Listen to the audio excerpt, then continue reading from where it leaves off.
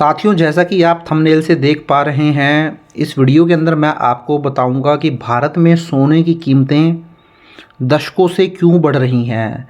तो आपके दिमाग में भी कभी ना कभी ये क्वेश्चन ज़रूर आता होगा कि गोल्ड की जो प्राइसेस हैं वो किस तरीके से बढ़ती हैं, क्या क्या कारण हो सकते हैं इसके बढ़ने के या कम होने के। तो इस वीडियो के अंदर मैं डिटेल में जो है कवर करूँगा और कुछ कारण आपको बताऊँगा कि इनकी कीमतें जो हैं टाइम टू टाइम क्यों बढ़ती चली जाती हैं।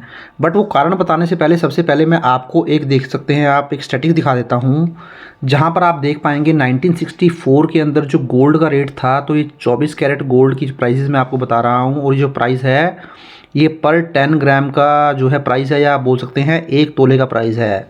तो 1964 में जो प्राइस था गोल्ड का, आप देख सकते हैं 63 रुपीज़ 25 पैसे का प्राइस था 1 तोला गोल्ड का या 10 ग्राम गोल्ड का।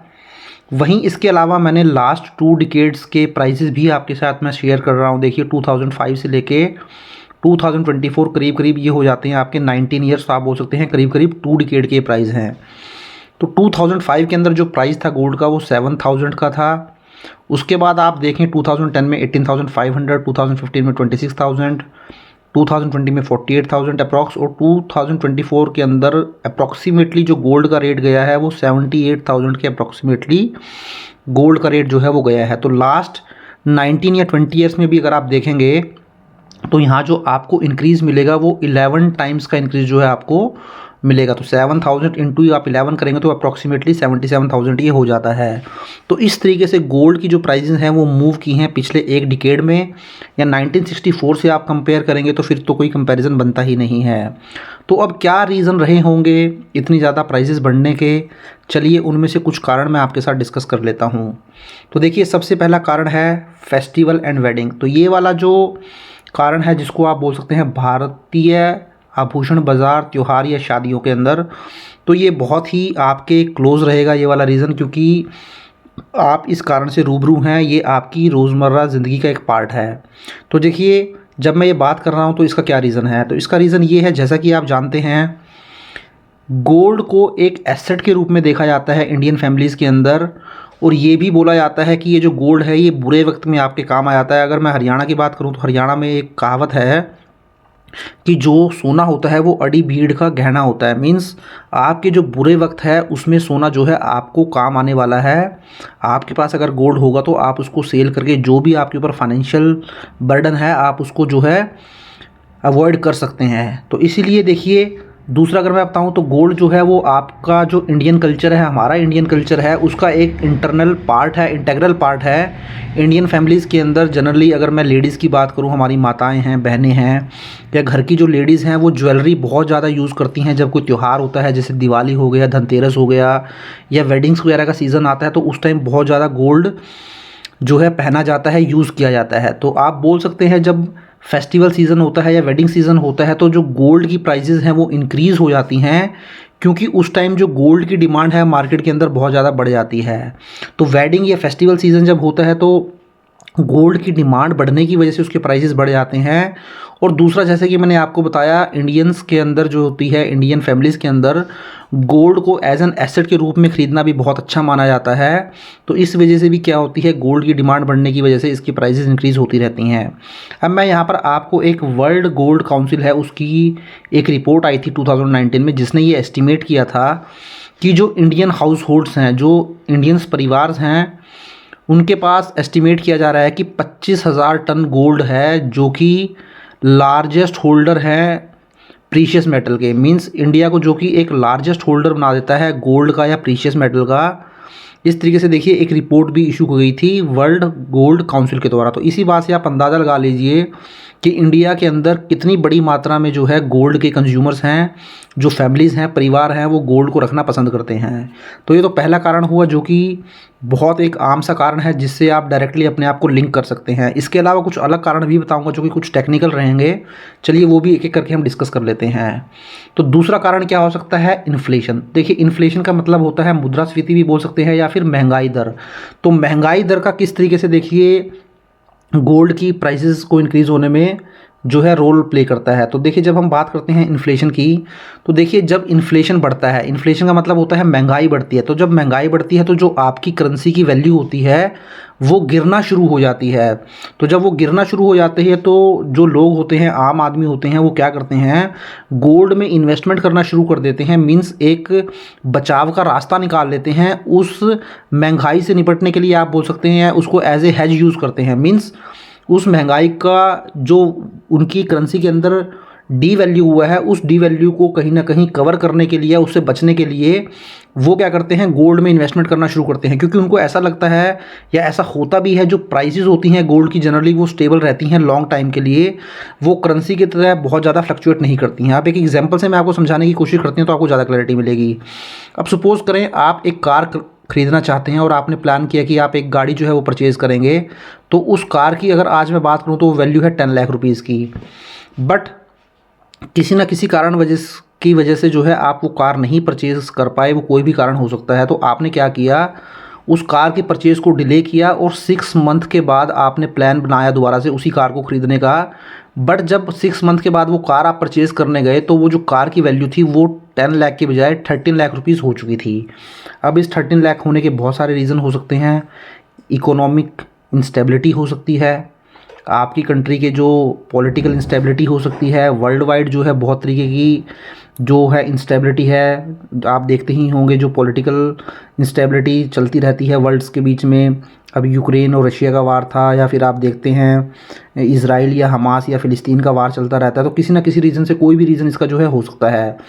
तो अगर आप देखें यहाँ पर एक कार आपकी जो है 6 महीने पहले 10 लाख रुपीज़ की थी। अगर आज आप वो कार परचेज़ करने जाते हैं 6 मंथ बाद, तो उसी कार के लिए आपको 13 लाख रुपीज़ पे करने पड़ेंगे। तो आप देख सकते हैं किस तरीके से आपकी जो करेंसी है वो डी वैल्यू हो गई। मीन्स आज आपके पास 13 लाख रुपीज़ तो हैं, बट इस 13 लाख की वैल्यू जो है आज के टाइम में वो इक्वल टू 10 लाख रुपीज़ के बराबर ही है। तो 13 लाख और 10 लाख आज के टाइम में इक्वल ही हैं।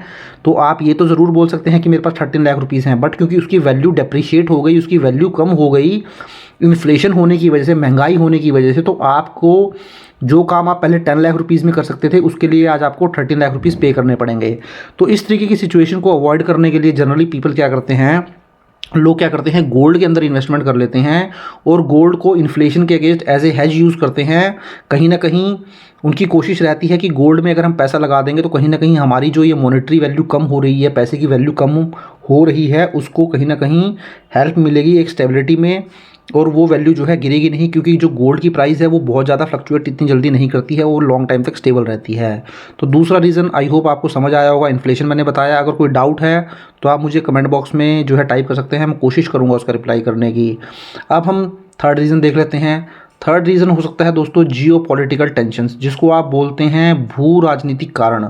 तो जियो पॉलिटिकल टेंशन भी मैंने आपको बताया था। अब देखिए इसके बारे में, आप देखिए किस तरीके से ये इंपॉर्टेंट रोल प्ले करता है गोल्ड की प्राइसेस को बढ़ाने में। तो देखिए यहाँ पर gold prices generally increase when there is a war. तो जब भी वार की सिचुएशन होती है कंट्रीज़ के बीच में, जैसा कि मैंने आपको बताया भी था, रशिया और यूक्रेन का युद्ध चल रहा था, इज़राइल और फ़िलिस्तीन का जंग चल रही है। इसकी वजह से क्या होता है कि जो भी इन्वेस्टर्स होते हैं वो जनरली अवॉइड करते हैं रिस्की एसेट्स में पैसा लगाने से। तो वो अदर एसेट में पैसा ना लगाकर जनरली कोशिश यही करते हैं कि वो गोल्ड के अंदर जो है ज़्यादा से ज़्यादा इन्वेस्टमेंट करें। और जब इस तरीके की सिचुएशन होती है, जियो पॉलिटिकल टेंशन्स होती हैं, तो जनरली जो गवर्नमेंट है उनके द्वारा बहुत सारी प्रॉमिस की जाती हैं in the form of sovereign backed gold securities जो है वो इशू करते हैं, बट वो ज़्यादा प्रॉमिसिंग नहीं होती हैं, वो प्रैक्टिकली ज़्यादा इंपॉर्टेंट रोल प्ले नहीं कर पाती हैं। तो इसकी वजह से क्या होता है, जब भी कोई ग्लोबल इफेक्ट होता है तो उसकी वजह से क्या होती है, प्राइस की जो गोल्ड की जो प्राइसेस है उसके अंदर चेंज आता है। और जब ग्लोबली चेंज आता है तो डेफिनेटली उसका जो इम्पैक्ट है वो इंडिया के अंदर भी पड़ता है। और आप जानते हैं इंडिया जो है वो लार्जेस्ट कंज्यूमर है गोल्ड का, तो इसलिए इंडिया के अंदर उसका इम्पैक्ट आता ही आता है। तो इसलिए देखिए यहाँ मैंने लिख दिया है, further gold is considered by investor as a safe haven during political uncertainty और जियो पॉलिटिकल चेंज। तो जब भी जियो पॉलिटिकल चेंज आता है या पॉलिटिकल अनसर्टेनिटी होती है तो जो भी इन्वेस्टर्स होते हैं उनके द्वारा हमेशा ही गोल्ड को एक सेफ़ एसेट माना जाता है। क्योंकि जैसा कि मैंने आपको बताया था, तो गोल्ड में इन्वेस्टमेंट करना हमेशा सेफ़ इसलिए होता है क्योंकि इसकी जो प्राइसेस है उसके अंदर बहुत जल्दी फ्लक्चुएशन नहीं आता है, या उसकी जो प्राइस है लॉन्ग टर्म के लिए जो है स्टेबल रहती हैं। तो अब ऐसा होने की वजह से क्या होता है, गोल्ड की जो डिमांड है फर्दर इंक्रीज़ हो जाती है, और गोल्ड की डिमांड इंक्रीज़ होने की वजह से इसकी प्राइसेस में भी इंक्रीज़ आ जाता है। तो ये एक रीज़न हो सकता है जियोपॉलिटिकल टेंशंस, जो कि गोल्ड की प्राइसेस को बढ़ा देती है। देखिए साथियों, अभी मैं आपके साथ यहाँ पर 8 या 9 रीज़न जो है वो डिस्कस करूँगा, तो मैक्सिमम इसमें रीज़न मैं कवर कर लूँगा, बट इसके अलावा कुछ और भी रीज़न हो सकते हैं। बट मैं यहाँ कोशिश करूँगा कि मैक्सिमम जिसकी वजह से गोल्ड की प्राइसेस जो है इम्पैक्ट होती हैं, बढ़ती है, घटती हैं, वो मैं आपके साथ शेयर कर लूँ। तो अगले रीज़न की तरफ बढ़ते हैं। तो नेक्स्ट रीज़न है सप्लाई एंड डिमांड। तो ये सप्लाई एंड डिमांड का रीज़न भी देखिए दोस्तों, आपूर्ति और मांग आप इसको बोल सकते हैं। ये भी आपकी रोज़मर्रा की ज़िंदगी से बहुत ज़्यादा जो है मैच करता है। क्योंकि क्या आता है, किसी भी चीज़ की डिमांड और सप्लाई की वजह से तो प्राइसेस हमेशा फ्लक्चुएट करती हैं। अगर किसी चीज़ की डिमांड बहुत ज़्यादा हो जाएगी और मार्केट में उसकी सप्लाई नहीं होगी तो डेफिनेटली प्राइसेस बढ़ जाएंगी, या इसी तरीके से सप्लाई किसी चीज़ की बहुत ज़्यादा हो जाए और उसकी डिमांड ना हो तो प्राइसेस डिक्रीज़ हो जाएंगी। इसी तरीके से जो गोल्ड है उसकी हमेशा हाई डिमांड रहती है पर्सनल हाउस होल्ड्स के लिए। जैसा कि मैंने आपको बताया था, इंडिया के अंदर एक बहुत रिच कल्चर है गोल्ड को या ज्वेलरी को पहनने का। जो घर की हमारी माताएं या बहनें हैं वो गोल्ड बहुत ज़्यादा यूज़ करती हैं एज ए ज्वेलरी, या इसके लिए इसका इंडस्ट्रियल यूज़ भी होता है। जैसे इसको यूज़ किया जाता है as an input in electronic and medical devices, तो इसका इंडस्ट्रियल यूज़ भी होता है। तो जब पर्सनल और इंडस्ट्रियल यूज़ बहुत ज़्यादा हो किसी कंट्री के अंदर, और उसके हिसाब से नए गोल्ड रिज़र्व की डिस्कवरी ना की जाए, या जो आपके जो पुराने गोल्ड रिज़र्व थे उनके अंदर जो माइनिंग आउटपुट है वो भी डिक्लाइन हो जाए, तो इस केस में फिर क्या हो जाता है, जो गोल्ड की सप्लाई है वो कम हो जाती है। और गोल्ड की सप्लाई कम होने की वजह से उसकी डिमांड, तो जैसे कि मैंने आपको बताया, डिमांड तो रहती ही है इंडिया के अंदर, तो क्योंकि लार्जेस्ट कंज्यूमर इंडिया ही है, तो इंडिया के अंदर इसका इंडस्ट्रियल यूज़ भी है। जैसा कि मैंने आपको बताया, ये एज ए इनपुट यूज़ होता है इलेक्ट्रॉनिक और मेडिकल डिवाइसेस के अंदर, पर्सनल हाउस होल्ड ज्वेलरी। और लोग क्या करते हैं कि जो गोल्ड कॉइन्स वगैरह है उसके अंदर भी इन्वेस्ट करना जो है वो पसंद करते हैं। तो इसीलिए जब सप्लाई इसकी कम हो जाती है, तो सप्लाई कम होने की वजह से डिमांड इसकी इंटैक्ट रहती है, तो वहाँ पर उस सप्लाई कम होने की वजह से भी इसकी प्राइसेस जो है इंक्रीज़ हो जाती है। इसके अलावा अगर मैं बात करूँ रुपी डेप्रिसिएशन, तो देखिए सोने पर रुपया और डॉलर का प्रभाव। तो देखिए यहाँ पर रुपी डेप्रिसिएशन की जब मैं बात करता हूँ, रुपए की वैल्यू गिरना, तो देखिए यहाँ आपको एक बात पता होनी चाहिए, जो गोल्ड होता है वो ट्रेडेड करता है ग्लोबली इन यूएस डॉलर्स। तो यूएस डॉलर्स के अंदर ही जो है गोल्ड ट्रेड करता है। बट इंडिया के अंदर जब आप गोल्ड परचेज करते हैं वो तो आईएनआर के अंदर ही परचेज करते हैं। और अगर मैं आपको एक हिस्टोरिकल डेटा बताऊं, तो हिस्टोरिकल डेटा के अकॉर्डिंग जो इंडियन रुपी है वो यूएस डॉलर के मुकाबले बहुत ज़्यादा जो है उसके अंदर गिरावट आई है। अगर आज भी मैं बात करूँ तो जो इंडियन रुपी है वो 84 रुपीज़ के आसपास जो है फॉल करता है। तो एक टाइम ऐसा था जब आपका एक यूएस डॉलर जो है वो आपका 1 इंडियन रुपीज़ के बराबर था। मींस अगर आपको एक यूएस डॉलर परचेज़ करना है तो आप 1 रुपया पे करते थे। बट आज सिचुएशन ऐसी है कि अगर आपको 1 यूएसडी परचेज़ करना है तो इसके लिए देखिए आपको 84 आईएनआर जो है वो पे करने पड़ेंगे। तो 1 यूएस डॉलर खरीदने के लिए आपको 84 रुपीज़ जो है आज पे करने पड़ेंगे। तो देख सकते हैं आप किस तरीके से इंडियन रुपीज़ के अंदर गिरावट हुई है। कहाँ यूएस डॉलर आपको मिल जाता था 1 रुपये में, और आपको आज में के टाइम में 1 यूएस डॉलर परचेज़ करने के लिए 84 रुपीज़ पे करने पड़ रहे हैं। तो 84 टाइम्स जो है इसकी वैल्यू आप बोल सकते हैं, डॉलर की वैल्यू इंक्रीज़ हुई है या फिर रुपीज़ की वैल्यू जो है वो डिक्लाइन हुई है। तो ये एक हिस्टोरिकल डेटा है।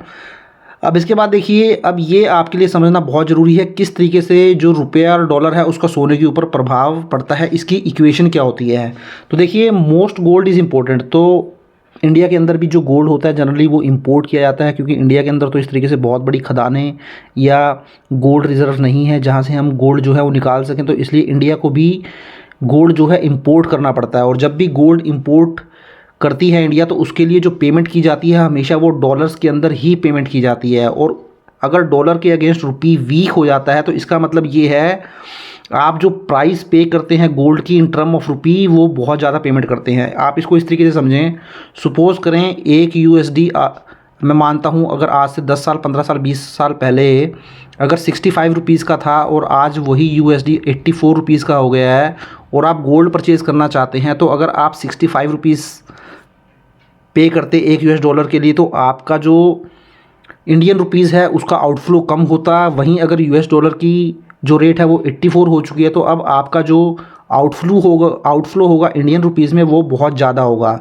तो इसलिए जब आपका इंडियन रुपी वीक हो जाता है डॉलर के अगेंस्ट में, तो आपको इंडियन रुपीज़ की फॉर्म में बहुत ज़्यादा पेमेंट जो है वो करनी पड़ती है। तो जैसे ही रुपए की वैल्यू फॉल होती है, इसका मतलब ये होता है कि जो गोल्ड है वो ज़्यादा महंगा हो गया है इंडियंस के लिए परचेज़ करना। तो जब इंडियन गोल्ड परचेज़ करना जाएंगे तो मार्केट में उनको जो गोल्ड मिलेगा वो महंगे रेट पर मिलेगा। तो रुपए का डेप्रिशिएट होना भी बहुत बड़ा एक इम्पोर्टेंट रोल प्ले करता है गोल्ड की प्राइसेस को बढ़ाने में। इसके अलावा और हम देख लेते हैं दोस्तों, इसके अलावा गुड मॉनसून, अच्छा मानसून। तो देखिए अब ये अच्छा मानसून जब मैं बात कर रहा हूँ तो ये कैसे इम्पैक्ट कर सकता है गोल्ड की प्राइसेस को इंक्रीज़ या डिक्रीज़ करने में। तो देखिए यहाँ मैं आपको सारे कारण बता रहा हूँ कि गोल्ड की प्राइसेस इंक्रीज़ क्यों होती हैं। अगर आप इन सब का रिवर्स कर देंगे, उल्टा कर देंगे, तो उस केस में फिर जो गोल्ड की प्राइसेस हैं वो डिक्रीज़ हो जाएंगी। तो अब गुड मॉनसून कैसे इंपैक्ट करता है, चलिए वो देख लेते हैं। तो देखिए एक रिपोर्ट है दोस्तों, उस रिपोर्ट के अकॉर्डिंग जो रूरल इंडिया है, मींस जो ग्रामीण क्षेत्रों में हमारा इंडिया है, वो 60% कंट्रीब्यूट करता है टोटल एनुअल गोल्ड कंजम्पशन, जो कि 800 टू 850 टन है। तो इसका मतलब अगर मैं मान के चलता हूँ 850 टन अगर मेरे टोटल गोल्ड की कंजम्पशन है इंडिया के अंदर पैन इंडिया बेसिस पे, उसमें से 60% कंजम्पशन जो है वो रूरल इंडिया में होती है, ग्रामीण क्षेत्रों में होती है। तो इसका मतलब अप्रॉक्सीमेटली 500 टन जो गोल्ड कंज्यूम किया जाता है वो ग्रामीण क्षेत्रों में ही किया जाता है। और ग्रामीण क्षेत्रों में भी अगर मैं बात करूँ, यहाँ पर देखिए रूरल इंडिया की जब मैं बात करता हूँ तो फार्मर्स का जिक्र करना तो जो है करना ही पड़ेगा, क्योंकि जब मैं ग्रामीण क्षेत्रों की बात करता हूँ तो ग्रामीण क्षेत्रों में मैक्सिमम हमारे फार्मर ही जो है इसके अंदर कवर होते हैं।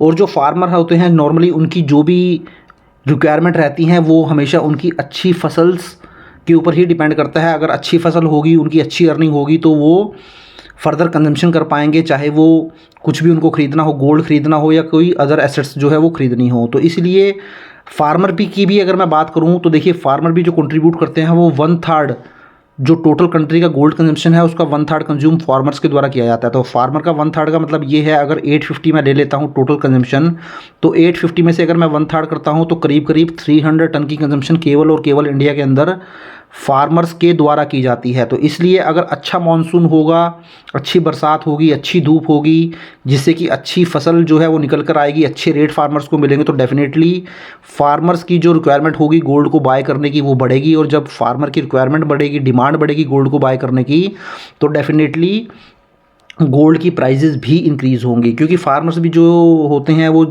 मैक्सिमम फार्मर जो है गोल्ड में इन्वेस्टमेंट करना पसंद करते हैं, क्योंकि उनको अपने बच्चों के लिए, अपनी बेटियों के लिए जो है गोल्ड जोड़ कर रखना होता है। जब उनकी वो शादी करते हैं तो उस टाइम काम आता है। तो जो कि इंडियन कल्चर भी है, आप अपने बच्चों के एजुकेशन के लिए या अपनी बेटी अगर आपकी है घर में तो उसके लिए आप थोड़ा थोड़ा गोल्ड बनवाते रहते हैं, ताकि एक टाइम आए तो आपके पास अच्छी मात्रा में गोल्ड हो जब अपनी बेटी को आप दे सके। तो इसलिए हमारा जो ग्रामीण कल्चर है, हमारा जो रूरल एरिया है, वहाँ पर बहुत सारे फार्मर रहते हैं, वो हमेशा उनकी जो कंजम्पशन पावर होती है वो अच्छे मानसून पर ज़रूर डिपेंड करती है। क्योंकि अच्छा मानसून होगा तो क्रॉप भी अच्छी होगी और उनको अच्छा पैसा जो है कमाने का मौका मिलेगा। तो ये एक रीज़न हो सकता है गुड मानसून।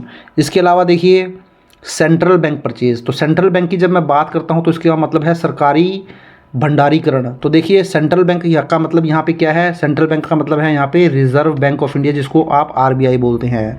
तो इंडिया के अंदर आरबीआई को, रिज़र्व बैंक ऑफ इंडिया को ही सेंट्रल बैंक बोला जाता है। तो देखिए RBI hold gold reserve along with the US dollar and other currencies. तो जैसा कि आप जानते हैं कि इंडियन गवर्नमेंट जो है वो फॉरेन एक्सचेंज रिज़र्व जो है वो मेंटेन हमेशा करती है। और अगर मैं आज की बात करूं तो हमारा जो फॉरेन एक्सचेंज रिज़र्व है वो 684 बिलियन यूएस डॉलर का है। तो फॉरेन एक्सचेंज रिज़र्व को मेंटेन करना इसलिए ज़रूरी होता है क्योंकि जो भी आप इंपोर्ट करते हैं, अगर आपने कुछ भी इंपोर्ट करना है, खाने पीने की वस्तु से लेके कार से लेके कुछ भी अगर आपको इंपोर्ट करना है, तो आपको जो पेमेंट करनी पड़ती है वो यूएस डॉलर के अंदर ही पेमेंट करनी पड़ती है। तो अगर आपके पास यूएस डॉलर नहीं होंगे तो आप बाहर से कोई भी सामान नहीं मंगा पाएंगे, इंपोर्ट नहीं करवा पाएंगे। हालाँकि अभी बहुत सारे देशों ने जो है इसका बहिष्कार भी किया है कि वो यूएस डॉलर में पेमेंट नहीं करेंगे। जैसे ब्रिक्स के अंदर भी अभी एक बात चल रही है कि अलग से वो अपनी करेंसी जो है लेके आएंगे जिसके अंदर जो है वो पेमेंट किया करेंगे। तो ऐसी बहुत सारी चीज़ें भी चल रही हैं। आने वाले टाइम में देखिए धीरे धीरे बहुत सारी कंट्रीज़ जो है अपनी ही करेंसी डेवलप करेंगी और उसमें ही पेमेंट करेंगी।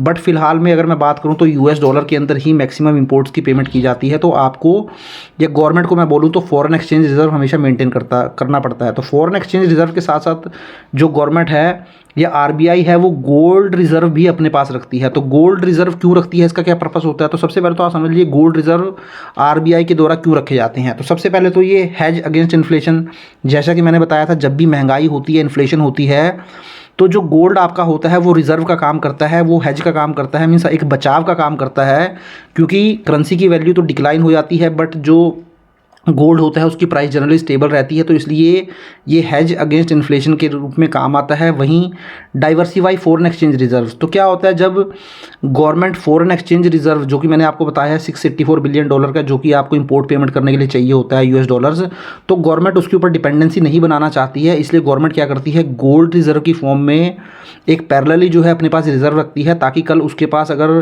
कुछ समस्या हो जाती है फॉरेन एक्सचेंज रिजर्व की, तो वो गोल्ड रिजर्व की हेल्प से उसको जो है उसकी भरपाई कर सके। वहीं सेफ हेवन एसेट, देखिए safe haven asset during global economic crisis and geopolitical uncertainty, जैसे कि मैंने आपको बताया था जब भी ग्लोबल इकोनॉमिक क्राइसिस आते हैं या जियोपॉलिटिकल अनसर्टेनिटीज़ होती हैं, तो हमेशा गोल्ड के अंदर इन्वेस्टमेंट करना, गोल्ड को अपने पास रखना या गोल्ड के अंदर एज एन एसेट इन्वेस्ट करना हमेशा सेफर साइड माना जाता है। तो गवर्नमेंट भी ऐसा करती हैं, RBI भी ऐसा करता है। स्ट्रेटेजिक इन्वेस्टमेंट हो सकती है, क्योंकि जब आपके पास गोल्ड रिजर्व होंगे और जब गोल्ड की वैल्यू बढ़ेगी तो ऑटोमेटिक जो आपके पास रिजर्व है उसकी वैल्यू भी ऑटोमेटिकली बढ़ जाएगी। तो इसलिए गवर्नमेंट भी क्या करती है, फॉरेन एक्सचेंज रिजर्व के अलावा गोल्ड रिजर्व भी अपने पास रखती है, जिसके बहुत सारे रीज़न मैंने आपको बताए हैं। तो देखिए अब क्या होगा, when RBI start buying more quantity of gold then it sell, अगर RBI सेल करने के बजाय ज़्यादा से ज़्यादा गोल्ड परचेज़ करना शुरू कर देगी तो उससे क्या होगा, गोल्ड की प्राइजेज़ इंक्रीज़ हो जाएगी। तो देखिए यहाँ पर भी मैंने लिख दिया है, when central bank means RBI purchase large amount of gold as reserve, जो ज़्यादा से ज़्यादा गोल्ड परचेज़ करेगी एज ए रिज़र्व के लिए, तो गोल्ड प्राइसेस इंक्रीज़ हो जाएंगी, क्योंकि जो गोल्ड की अवेलेबिलिटी है वो डिक्रीज़ हो जाएगी। तो देखिए इंडिया के अंदर जैसे कि मैंने आपको बताया कि हमारी 800 या 850 टन की कंजम्पशन है, अगर इसमें से मैक्सिमम गोल्ड RBI अपने रिजर्व में रखना शुरू कर दे, तो जो आम आदमी होगा, जो नॉर्मल पीपल होंगे कंट्रीज़ के अंदर, उनके लिए जो गोल्ड परचेज़ करने की उनकी रिक्वायरमेंट है वो कम हो जाएगी। तो कहीं ना कहीं इसकी जो सप्लाई है वो कम हो जाएगी, और आम पब्लिक के लिए सप्लाई कम होने की वजह से क्या है, गोल्ड की प्राइसेस जो हैं वो बढ़ जाएंगे। तो सपोज़ करें अगर आम आदमी की जो रिक्वायरमेंट है परचेज़ करने की गोल्ड की वो 100 टन की है, 100 टन की है, बट क्योंकि गवर्नमेंट जो है यहाँ पर ज़्यादा से ज़्यादा गोल्ड परचेज़ कर रही है, तो गवर्नमेंट ज़्यादा गोल्ड अगर परचेज़ कर लेती है तो मार्केट में सपोज़ करें आम पब्लिक के लिए जो गोल्ड अवेलेबल है खरीदने के लिए वो केवल और केवल 50 टन का ही है। तो उस केस में देखिए 50 टन की शॉर्टेज हो गई है, तो इस केस में फिर शॉर्टेज होने की वजह से गोल्ड की प्राइजेज़ जो है ऑटोमेटिकली इंक्रीज़ हो जाएंगी। तो एक ये बहुत बड़ा रीज़न होता है गोल्ड की प्राइजेज़ को बढ़ाने में। उसके अलावा देखिए इंटरेस्ट रेट, तो ब्याज दरें, तो देखिए दोस्तों ये बहुत ही इंपॉर्टेंट रोल प्ले करती हैं ब्याज दरें, इंटरेस्ट रेट। अब इंटरेस्ट रेट देखिए किस तरीके से इंपॉर्टेंट रोल प्ले करता है। तो सबसे पहले तो आप ये समझ लीजिए, जो इंटरेस्ट रेट है और गोल्ड प्राइजेज़ हैं वो जनरली क्या होती हैं, इन्वर्स रिलेशनशिप में होती हैं, मींस अपोजिट रिलेशनशिप में होती हैं, वो हमेशा एक दूसरे के अपोजिट ही काम करती हैं। मतलब ये हुआ, सपोज़ अगर आपको बैंक में आपने FD करवा रखी है, या आपका सेविंग अकाउंट में पैसा है, या किसी और गवर्नमेंट स्कीम में आपका पैसा है, अगर वहाँ पर आपके इंटरेस्ट रेट गवर्नमेंट बढ़ा देती है तो जनरली लोग क्या करेंगे, प्रेफर करेंगे सेल करना gold to earn higher profit. तो नॉर्मली इससे क्या होगा, अगर आपको अच्छा इंटरेस्ट रेट मिलना शुरू हो जाएगा FD के अंदर या दूसरी गवर्नमेंट स्कीम्स के अंदर, तो आप जनरली गोल्ड को परचेज़ करना नहीं चाहेंगे। आप चाहेंगे जो गवर्नमेंट स्कीम्स के अंदर आपको अच्छे इंटरेस्ट मिल रहे हैं, जो कि इन्फ्लेशन को बीट करने में सक्षम हैं, तो आप वहीं पर इन्वेस्टमेंट करना चाहेंगे, गोल्ड में पैसा नहीं लगाना चाहेंगे। वहीं अगर मैं इसका रिवर्स कर दूँ, सपोज़ अगर गवर्नमेंट जो है अपने रेट ऑफ इंटरेस्ट को डिक्रीज़ कर देती है, तो उससे क्या होगा, जब आपको इंटरेस्ट रेट डिक्रीज़ हो जाएंगे तो इसका मतलब ये है कि आपकी जो इनकम है वो भी डिक्रीज़ हो जाएगी। या आप बोल सकते हैं अगर आपको 5-6% का इंटरेस्ट मिल रहा है तो इतनी तो इन्फ्लेशन ही हो जाती है, तो आपको लगेगा यार जो मुझे इंटरेस्ट मिला है ये तो इन्फ्लेशन को भी बीट नहीं कर पा रहा। तो उस केस में फिर आप क्या करेंगे, ज़्यादा से ज़्यादा गोल्ड की तरफ जाएंगे, ज़्यादा से ज़्यादा गोल्ड खरीदना चाहेंगे। तो गोल्ड खरीदना चाहेंगे तो उसकी डिमांड इंक्रीज़ होगी, और ऑटोमेटिकली जैसा कि मैंने आपको बताया है, जैसे ही किसी चीज़ की डिमांड इंक्रीज़ हो जाती है तो उसके प्राइजेज़ भी बढ़ जाते हैं। तो इंटरेस्ट रेट एक बहुत इंपॉर्टेंट रोल प्ले करते हैं गोल्ड की प्राइसेस को बढ़ाने में। वीकनिंग डॉलर, तो देखिए सबसे इंपॉर्टेंट, कमज़ोर होता डॉलर। तो देखिए किस तरीके से जब डॉलर कमज़ोर होता है तो सोने के जो रेट हैं, गोल्ड के रेट हैं वो बढ़ जाते हैं, ये भी मैं आपको इस वीडियो में बताने वाला हूँ। तो देखिए जो गोल्ड होता है वो US डॉलर के अंदर ही सेल और परचेज़ किया जाता है। तो इसीलिए इसका इम्पैक्ट भी जो है प्राइजेस पर पड़ता है। जब यूएस डॉलर वीक होता है मीन्स यूएस डॉलर कमज़ोर होता है, तो यूएस डॉलर कमज़ोर कब होगा? सपोज़ करें आज एक यूएस डॉलर के लिए अगर आप 84 रुपीज़ पे कर रहे हैं और अब आपको सपोज़ करें 3 महीने बाद $1 के लिए 80 रुपीज़ पे करने पड़े, तो हमारा रुपया तो मजबूत हो जाएगा। बट इस केस में आपको देखें जो यूएस डॉलर है वो वीक हो गया, क्योंकि यूएस डॉलर पहले एक यूएस डॉलर के लिए आपसे 84 रुपीज़ चार्ज कर रहा था, बट अब वो आपसे 80 रुपीज़ चार्ज कर रहा है। तो इसका मतलब ये हुआ यूएस डॉलर जो है आपका वीक हो गया और जो इंडियन रुपीज़ है वो आपका स्ट्रॉन्ग हो गया। तो जब यूएस डॉलर वीक हो जाता है तो उस केस में क्या होता है कि gold become cheaper for foreign investor which increase demand. तो उस केस में फिर जो फॉरेन इन्वेस्टर होते हैं वो जनरली क्या होता है कि गोल्ड की तरफ जाते हैं इन्वेस्टमेंट करने के लिए, क्योंकि उनको जो गोल्ड होता है वो सस्ते रेटों पर मिलना शुरू हो जाता है, तो इसलिए उसकी डिमांड इंक्रीज़ हो जाती है और डिमांड इंक्रीज़ होते ही प्राइसेस इंक्रीज़ होना शुरू हो जाते हैं। वहीं अगर मैं इसका रिवर्स कर दूं, अगर डॉलर स्ट्रॉन्ग हो जाएगा तो डॉलर स्ट्रॉन्ग होने की वजह से जो गोल्ड में इन्वेस्टमेंट है वो महंगी हो जाएगी, तो उसकी जो डिमांड है वो कम हो जाएगी, तो ऑटोमेटिकली जो है उसकी प्राइसेस भी गिरना शुरू हो जाएंगी। तो ये इतने सारे रीज़न साथियों मैंने आपके साथ शेयर किए, जहाँ पर मैंने आपको बताया किस तरीके से इंडिया के अंदर जो है कीमतें रही हैं गोल्ड की और क्या क्या रीज़न हो सकते हैं गोल्ड की प्राइसेस बढ़ने में। इसके अलावा और भी कुछ रीज़न हो सकते हैं। अगर आपके माइंड में कुछ ऐसी चीज़ें हैं तो आप ज़रूर कमेंट में मुझे बता सकते हैं। आई होप वीडियो आपको अच्छा लगा होगा। अगर आपके दिमाग में अभी भी कुछ कन्फ्यूज़न है, आप कुछ क्लैरिटी चाहते हैं, तो आप ज़रूर मुझे कमेंट कर सकते हैं। तो आई होप वीडियो आपको अच्छा लगा होगा। वीडियो अच्छा लगा तो उसको लाइक करें, शेयर करें और चैनल को सब्सक्राइब नहीं किया है तो चैनल को भी ज़रूर सब्सक्राइब कर लें। Thank you very much, have a nice day, take care.